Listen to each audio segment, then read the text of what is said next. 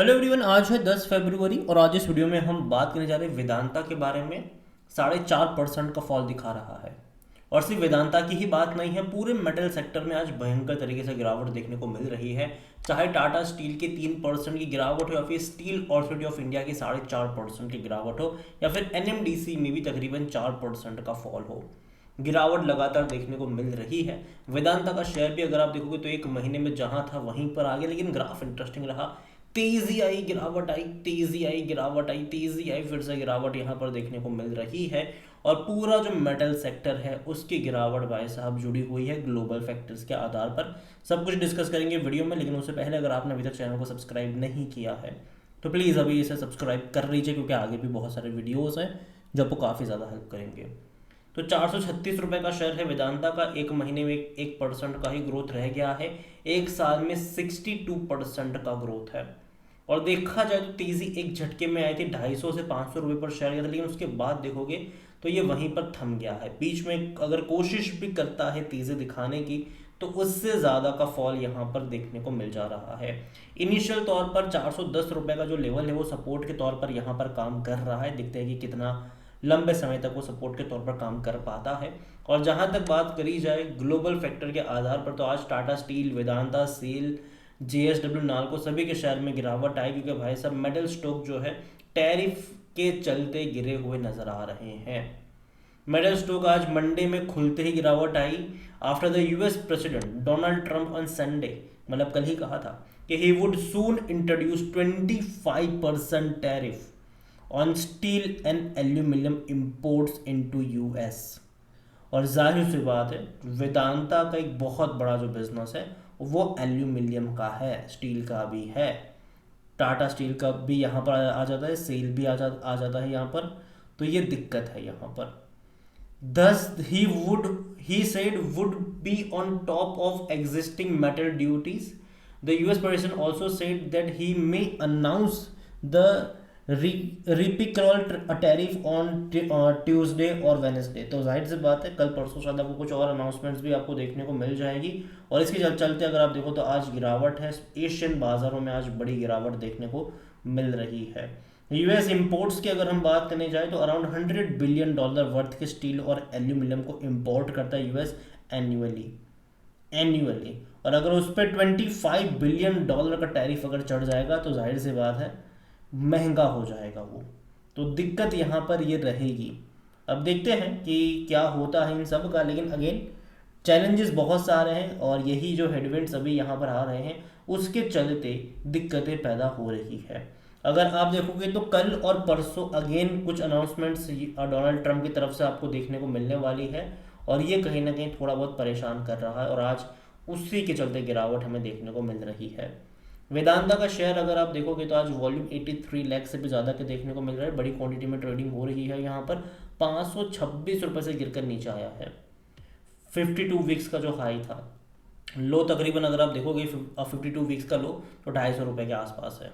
Market cap 1,70,000 crore के आसपास देखने को मिल रहा है। और वेदांता देखो जाना ज़्यादा है अपने डिविडेंड्स के लिए, भारी भरकम डिविडेंड्स पे आउट करने के लिए कंपनी जानी जाती है। कोविड के टाइम पर यह शेयर आपको 65 रुपये के आसपास मिल रहा था, ठीक है। तब से लेकर अब तक 200 से मतलब 200 रुपये के आसपास को तो ये डिविडेंड ही पे कर चुका है। शेयर में तेजी आई वो अलग से, तो लोगों ने काफ़ी ज़्यादा पैसा यहाँ पर बनाया है, उसमें कोई शक नहीं है। लेकिन अभी दिक्कतें और यहाँ पर है, दिक्कतें इनके डेट को लेकर भी कंसर्न्स यहाँ पर ज़रूर है, और अभी जो ग्लोबल सिचुएशंस बन रही है उसको लेकर भी दिक्कतें पैदा हो रही है। तो एक प्रॉब्लम ज़रूर रहेगी इनके लिए। और वेदांता अगर आप वैल्यूएशन के हिसाब से देखोगे जो पी रेशियो वो 13 का है, जो कि सस्ता है सेक्टर पे 28 के मुकाबले। फाइनेंशियल इनके पिछले 2-3 क्वार्टर अच्छे रहे हैं, 3 क्वार्टर अच्छे रहे हैं, वरना उससे पहले के क्वार्टर में इनका प्रॉफिट कुछ खास था नहीं। वो भी ज़्यादा होना चाहिए क्योंकि कंपनी डिविडेंड बहुत ज़्यादा पे आउट करती है। लेकिन पिछले 3 क्वार्टर में एटलीस्ट इनके प्रॉफिट में बहुत बड़ा इंप्रूवमेंट है, जो कि अच्छी बात है। जून में तकरीबन 36,700 करोड़ के रेवेन्यू रहे और 3,600 करोड़ के प्रॉफिट रहे। सितंबर में 40,800 करोड़ के रेवेन्यू रहे और 4,350 करोड़ के प्रॉफिट रहे। दिसंबर में अगर आप देखो तो 3,545 करोड़ का प्रॉफिट रहा, जो कि अगेन इससे पहले के 2 क्वार्टर के मुकाबले कम ज़रूर है, लेकिन पिछले साल के 2,000 मतलब उससे तो ज़्यादा ही मैं कहूँगा कि देखने को मिल रहे हैं। लेकिन अगेन आने वाले क्वार्टर और ज़्यादा इंपॉर्टेंट हो जाएंगे इस कंपनी के लिए, क्योंकि देखो डिविडेंड के थ्रू बहुत सारा पैसा जब यहाँ से निकाला जा रहा है तो ये देखना भी इंपॉर्टेंट रहता है भाई साहब कि कंपनी लगातार बड़ा प्रॉफिट भी कमाती रहे। अगर वो नहीं करेगी तो दिक्कत होगी। और जहाँ तक शेयर होल्डिंग के बारे में देखिए, प्रमोटर की जो होल्डिंग है वो 56.38% की है। और यहाँ पर प्रमोटर सब कुछ भाई साहब गिरवी पड़ा हुआ है। प्रमोटर की होल्डिंग ऑलमोस्ट 70% की थी, लेकिन लगातार प्रमोटर अपने स्टेक बेच रहे हैं। रीज़न ये है कि उनको पैसा चाहिए, पैसा रेज करे ताकि उससे जो कर्जा है उसको चुकाने में हेल्प हो पाए। कर्जा भी भैया जो मैच्योरिटी वगैरह बॉन्ड्स जो इन्होंने कई साल पहले इशू करे हुए थे, उनकी जो मैच्योरिटी वगैरह होने वाली है उसको पे आउट करने के लिए चाहिए इनको। और इसीलिए कंपनी जो है वो डिविडेंड से भी पैसा निकाल रही है, कंपनी जो है वो शेयर बेच कर भी पैसा निकाल रही है। कंपनी जो है वो हिंदुस्तान जिंक, जिसमें प्रमोटर यही लोग हैं, ठीक है, उनके भी शेयर्स बेचकर गिरवी रख कर या फिर डिविडेंड के थ्रू वहाँ से भी पैसा निकाल रहे हैं। अलग अलग बैंकों से ये और ज़्यादा पैसा भी मतलब लोन वगैरह भी ले रहे हैं। तो ये चीज़ें हो रही है। अब हालांकि देखो कॉन्फिडेंस मैं हूँ इस कंपनी को लेकर कि डेफिनेटली जो भी कर्जा हुई ये लोग चुका तो देंगे, ठीक है, मतलब जो मैच्योरिटीज़ है वो पैसा वो चुका तो देंगे। लेकिन अगेन ग्लोबल सिनारियो जो अभी के टाइम पर बना हुआ है वो यहाँ पर दिक्कत की बात है, और उससे अगर इनके नंबर्स पे असर पड़ेगा, इफेक्ट होगा, तो देखना रहेगा कि क्या चीज़ें यहाँ पर निकल कर आती है। लेकिन अच्छी बात ये ज़रूर है कि अगर प्रमोटर बेच भी रहे हैं तो खरीदारी जो आ रही है वो इंस्टीट्यूशन की तरफ से आ रही है। म्यूचुअल फंड्स अगर आप देखोगे तो 5.34% से खरीद खरीद के 7.16 पर आए हैं। अगर आप यहाँ पर डोमेस्टिक हालांकि 9.45 से थोड़ी बहुत बिकवाली करी, 8.33 पर आए हैं। लेकिन उसके बाद एफ भी देखोगे तो खरीदारी कर रहे थे वो, हालांकि सितंबर में बिकवाली करी लेकिन दिसंबर में फिर से खरीदारी इन्होंने यहाँ पर कर ली है। तो अप्स एंड डाउन्स डेफिनेटली मैं कहूँगा कि यहाँ पर देखने को मिल ज़रूर रहे हैं।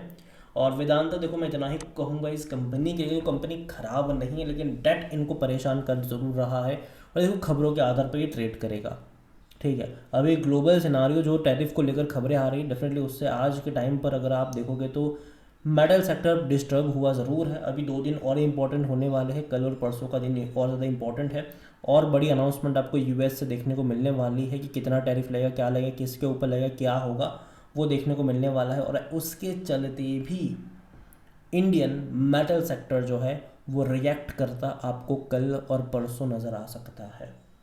तो अभी के लिए तो देखो मैं इतना ही कहूँगा, जल्दबाजी मत करना, बॉटम फिशिंग की कोशिश मत करना। यहाँ पर ये हफ्ता निकल जाने दो, अनाउंसमेंट्स वगैरह हो जाने दो, जो भी होना है वो हो जाने दो, एटलीस्ट थोड़ा बहुत कूल ऑफ होने दो इसको। तब तक यहाँ पर पढ़ने की ज़रूरत नहीं है, पूरे मेटल सेक्टर की मैं यहाँ पर बात कर रहा हूँ।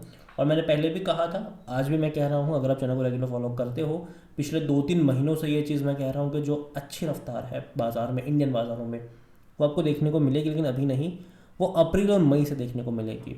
तो जो खरीदारी के मौके हैं वो आपको फरवरी एंड या फिर मार्च फर्स्ट में वीक में बाय ऑन डिप्स के अप्रोच के साथ आपको तब चलना चाहिए। तब तक के लिए वेट करो, वेट एंड वॉच।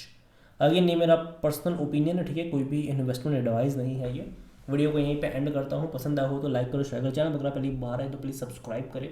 और वेदांता के बारे में आप क्या सोचते हैं वो भी आप मुझे कमेंट में लिख के बता सकते हैं। इसके अलावा अगर आप चाहते हैं कि मैं टाटा स्टील या स्टील अथॉरिटी ऑफ इंडिया या फिर हिंदुस्तान जिंक या एनएमडीसी मतलब जैसे कंपनियों के ऊपर भी एक डिटेल वीडियो बनाऊँ, तो कमेंट में जिस किसी कंपनी के ऊपर आपको वीडियो चाहिए उसका नाम लिखिएगा। जितनी ज़्यादा कमेंट आएगी उतना ही जल्दी वीडियो आएगा। Thank you.